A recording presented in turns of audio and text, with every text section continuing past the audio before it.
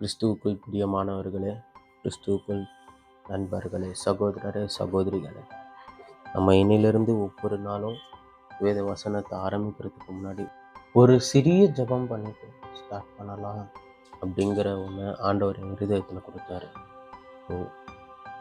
ஆண்டவரே, இந்த நாளை காண செய்ததற்காக மிக்க நன்றி. இந்த புதிய நாளிலே புதிய கிருபையினால் எங்களை நிரப்பும் தேவா. உடைய வேத வசனங்களை நாங்கள் வாசிக்கும் போது வாசிக்கிற எனக்கும் கேட்கிறவர்களுக்கும் கர்த்தாவே, இந்த வேதத்தின் மகத்துவங்களையும் ரகசியங்களையும் நீர் அருளி செய்யும். ஆண்டவரே, நீர் சொல்லாம உம்மை பற்றி நாங்கள் தெரிந்து கொள்ள முடியாது. நீர் வெளிப்படுத்தாம உம்முடைய வேதத்தின் ரகசியங்களை புரிந்து கொள்ள எங்களால் முடியாது. எங்களோடு பேசும் நாள் முழுவதும் எங்களோடு எங்களை காத்துக்கொள்ளுங்கள். சட்டை நிழல் எங்களை மூடி மறைத்துக் கொண்டு வழியில் பாதுகாத்துக் கொள்ளும். இயேசுவின் நாமத்தில் ஜெபிக்கிறேன் பிதாவே, ஆமென், ஆமென். சங்கீதம் 87 அதிகாரம். கோராகின் புத்திரருக்கு ஒப்புவிக்கப்பட்ட பாட்டாகிய சங்கீதம். அவர் அஸ்திபாரம் பரிசுத்த பர்வதங்களில் இருக்கிறது. கர்த்தர் யாக்கோபின் வாசஸ்தலங்கள் எல்லாவற்றை பார்க்கிலும் சியோனின் வாசல்களில் பிரியமாயிருக்கிறார். தேவனுடைய நகரமே, உன்னை குறித்து மகிமான விசேஷங்கள் வசனிக்கப்படும். என்னை அறிந்தவர்களுக்குள்ளே ராகாபியும் பாபிலோனையும் குறித்து பேசும். இதோ பெலிஸ்தேரிலும் தீரியரிலும் எத்தியோப்பியரிலும் கூட இன்னான் அங்கே பிறந்தான் என்றும், சியோனை குறித்து இன்னான் அதிலே பிறந்தான் என்றும் சொல்லப்படும். உன்னதமானவன் தாமே அதை ஸ்திரப்படுத்துவார். கர்த்தர் ஜனங்களை பேரெழுதும் போது இன்னான் அதிலே பிறந்தான் என்று அவர்களை தொகையிடுவார்.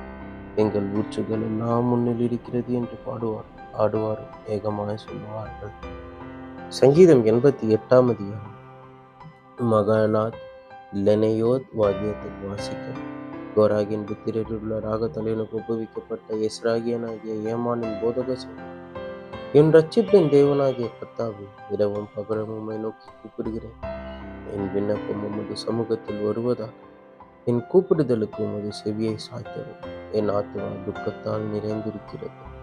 என் ஜீவன் பாதாளத்திற்கு சமீபமாய் வந்திருக்கிறது. நான் குழியில் இறங்குகிறவர்களோடு எண்ணப்பட்ட பலனற்ற மனுஷனைப் போலானே. மரித்தவர்களில் ஒருவனைப் போல் நெகிழப்பட்டிருக்கிறேன். நீர் இனி ஒருபோதும் நினையாதபடி உமது கையால் அறுப்புண்டு போய் பிரேத குழிகளில் கிடைக்கிறவர்களைப் போலானே. என்னை பாதாள குழியில் இருளிலும் ஆழங்களிலும் வைத்து உம்முடைய கோபம் என்னை இருத்துகிறது. உம்முடைய அலைகள் எல்லாவற்றினாலும் என்னை வருத்தப்படுத்துகிறீர். எனக்கு அறிமுகமானவர்கள் எனக்கு தூரமாக விலக்கி அவர்களுக்கு என்னை அருவருப்பாக்கினர். நான் வெளியே புறப்படக்கூடாதபடி அடைப்பட்டிருக்கிறேன். துக்கத்தினால் என் கண் தோய்ந்து போயிற்று. கர்த்தாவே, அனுதினமும் நான் உம்மை நோக்கி கூப்பிட்டு உமக்கு நேராக என் கைகளை விரிக்கிறேன். மரித்தவர்களுக்கு அதிசயங்களை செய்வீரோ? செத்துப்போன வீரர் எழுந்து உம்மை துதிப்பார்களோ?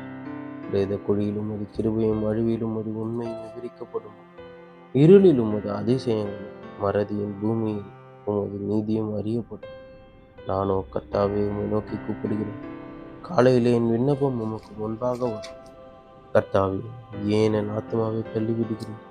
ஏன் உமது முகத்தை எனக்கு மறைக்கிறீர்? சிறு வயது முதல் நான் சிறுமைப்பட்டவனும் மாண்டு போகிறவனுமாயிருக்கிறேன். உம்மால் வரும் திகில்கள் என்மேல் சுமந்திருக்கிறது. நான் மனம் கலங்குகிறேன். உம்முடைய எரிச்சல்கள் என்மேல் புரண்டு போகிறது. உம்முடைய பயங்கரங்கள் என்னை அதம் பண்ணுகிறது. அவைகள் நாடோறும் தண்ணீரை போல என்னை சூழ்ந்து ஏகமாய் என்னை வளைந்து கொள்ளுகிறது. சிநேகிதனையும் தோழனையும் எனக்கு தூரமாக விலக்கினீர். எனக்கு அறிமுகமானவர்கள் மறைந்து போனார்கள். நீதிமொழிகள் 14 அதிகாரம். புத்தியுள்ள ஸ்திரீ தன் வீட்டை கட்டுகிறாள். புத்தி இல்லாத ஸ்திரீயோ தன் கைகளினால் அதை இடித்து போடுகிறாள். நிதானமாய் நடக்கிறவன் கர்த்தருக்கு பயப்படுகிறான். வழிகளில் தாறுமாறானவனோ அவரை அலட்சியம் பண்ண. மூடன் வாயிலே அவன் அகந்தைக்கேற்ற மில்லாரும் ஞானவான்களின் உதடுகளோ அவர்களை காப்பாற்றும். எருதுகள் இல்லாத இடத்தில் களஞ்சியம் முழுமையாயிருக்கும். காளைகளின் பலத்தினாலும் மிகுந்த வளர்க்கும். பொய் சாட்சிக்காரன் பொய் சொன்னான். பொய் சாட்சிக்காரனும் பொய்களை ஊதுகிறான். பரியாசக்காரன் ஞானத்தை தேடியும் கண்டுபிடியான். புத்தி உள்ளவனுக்கு அறிவு லேசாய் வரும். உடனுடைய முகத்துக்கு விலகிப்போ. அறிவுள்ள உதடுகளை அங்கே காண. தன் வழியை சிந்தித்துக் கொள்வது விவேகியின் ஞானம்.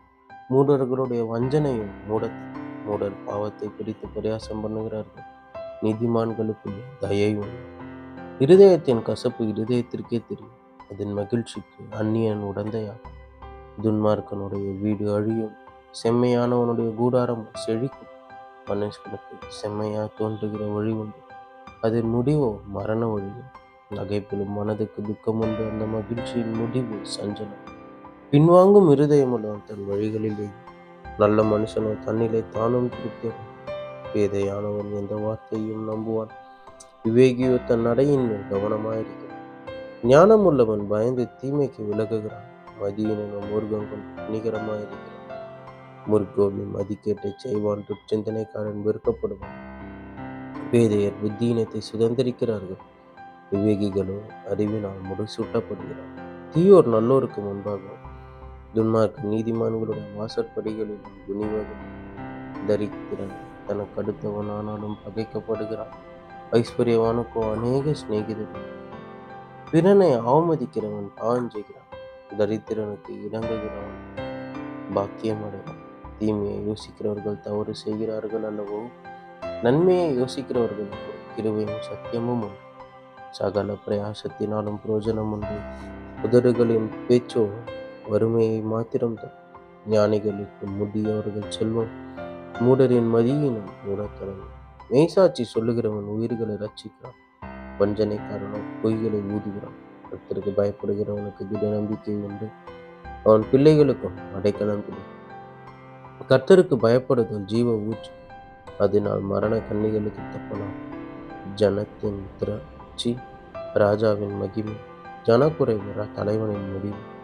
நீடிய சாந்தமுள்ளவன் மகா புத்திமான், ஒரு கோபிய புத்தியினத்தை விளங்க பண்ண. சொஸ்தமனம் உடலுக்கு ஜீவன், பொறாமையை எழும்புருக்கு. தரித்திரனை ஒடுக்குகிறவன் அவரை உண்டாக்கினவன் நிந்திக்கிறான், தரித்திரனுக்கு தயை செய்கிறவனோ அவரை கனம் பண்ணுகிறான். துன்மார்க்கன் தன் தீமையிலே வாரி கொள்ளப்படுவான், நீதிமானோ தன் மரணத்திலே நம்பிக்கை உள்ளவன். புத்திமானுடைய இருதயத்தில் ஞானம் தங்கும், மதியினரிடத்தில் உள்ளதோ வெளிப்படும். நீதி ஜனத்தை உயர்த்தும், பாவமோ எந்த ஜனத்துக்கும் முயற்சி. ராஜாவின் தயை விவேகமுள்ள பணிவிடைக்காரன் மேல் இருக்கும், அவனுடைய கோபமோ லச்சை உண்டாக்குகிறவன் மேல் இருக்கும் என்பதே. ஆமென், ஆமென்.